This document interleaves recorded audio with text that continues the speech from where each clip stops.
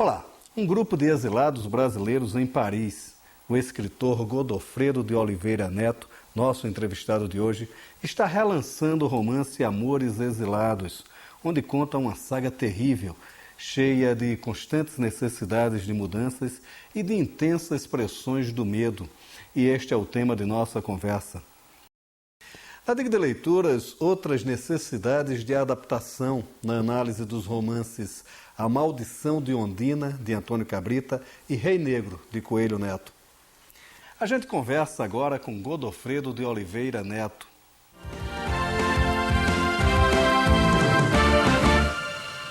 Godofredo, Amores Exilados, que é um livro que fala daquele período mais brabo da ditadura militar, mas ele antes foi editado com o nome de Pedaços de Santo, né?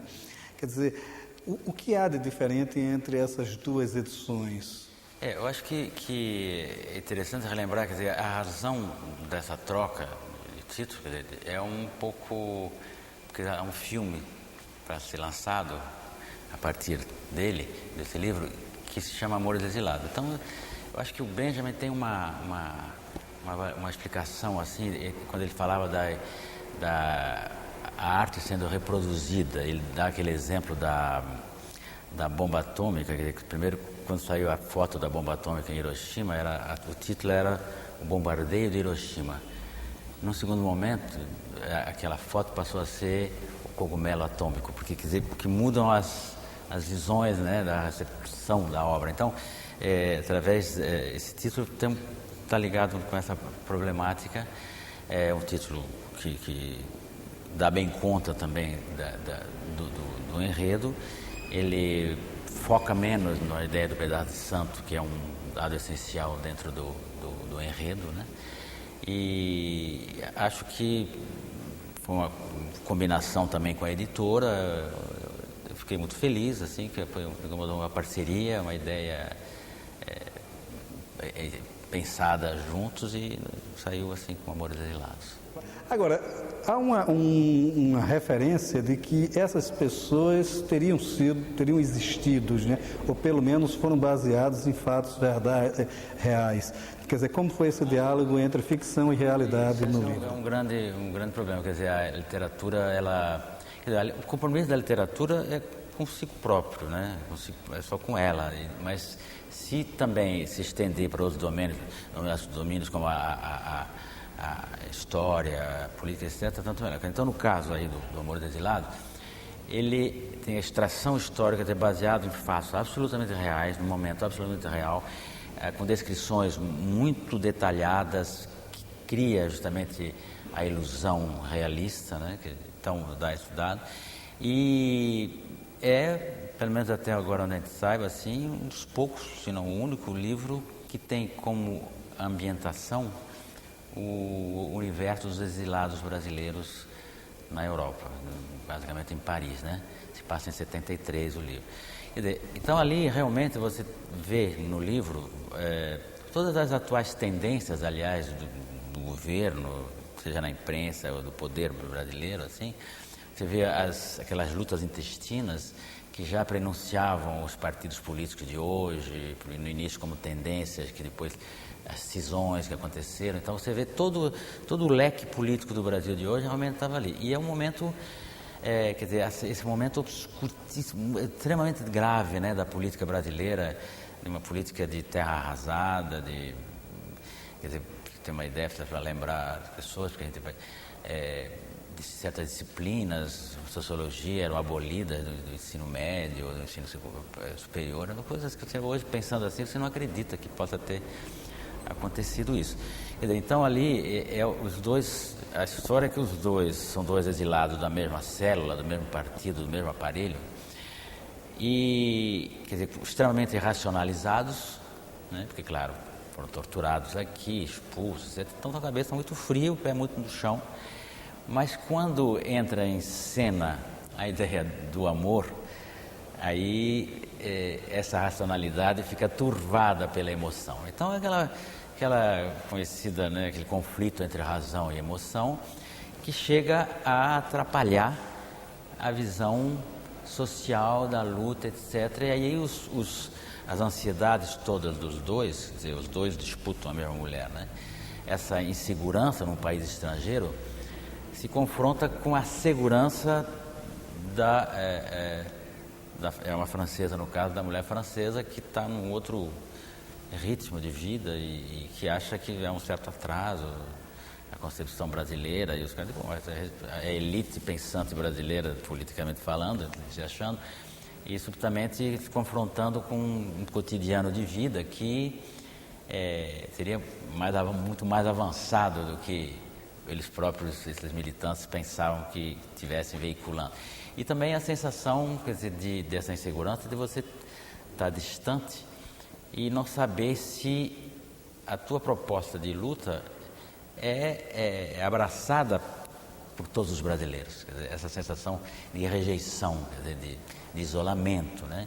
Que ocasiona essa famosa briga intestina entre a esquerda, quer dizer, a questão da luta armada se punha com muita acuidade naquele momento, né? Quer dizer, se era opção ou não era, né? Porque a gente vê hoje, nós temos a presidenta do Brasil.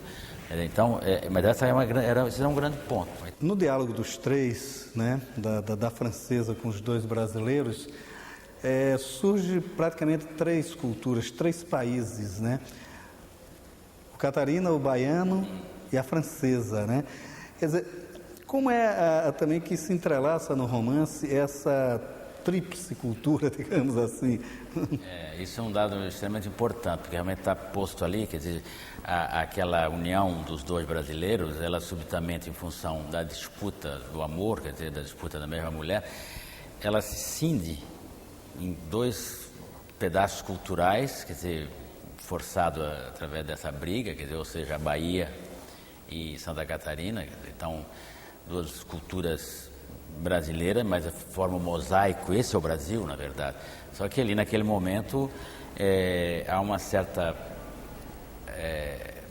posição contrária de um com o outro, o que é mais Brasil, né? Quer dizer, então, realmente, o Brasil, para o exterior, onde os dois estão, a cultura basicamente africana, a música, o samba, né? Quer dizer, esses traços, essa influência, substrato africano na cultura brasileira dá uma marca mais forte na civilização brasileira. E isso, naturalmente, serve de moeda de troca contra o sulista, que tenta reagir e subitamente, então, o leitor vê que esse é o Brasil, né? Esse é o Brasil. E está sendo mediado, é um romance então de mediação nesse aspecto, está sendo mediado pela francesa, que ora alterna o amor africano e diz, não, isso para nós, isso é o verdadeiro Brasil.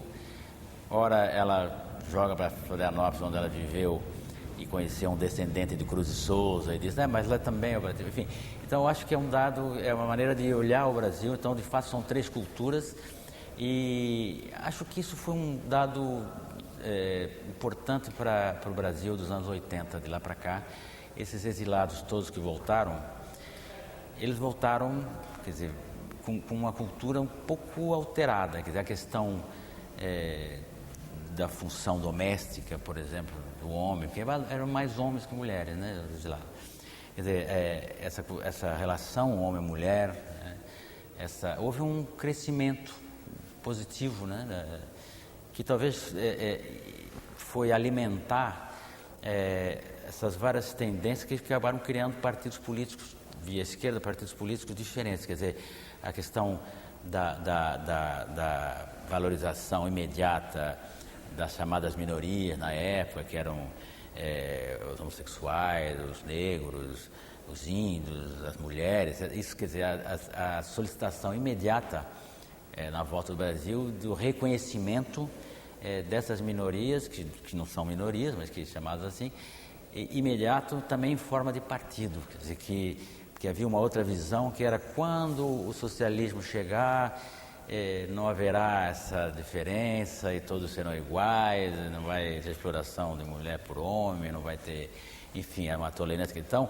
havia sempre essa proposta. E isso também é uma ideia de Brasil, ou seja, vamos unificar as diferenças, quer dizer, então a arquitetura, por exemplo, seria mais ou menos o modelo do modernismo, ali ilustrado por Brasília. Então essas construções deviam se espalhar.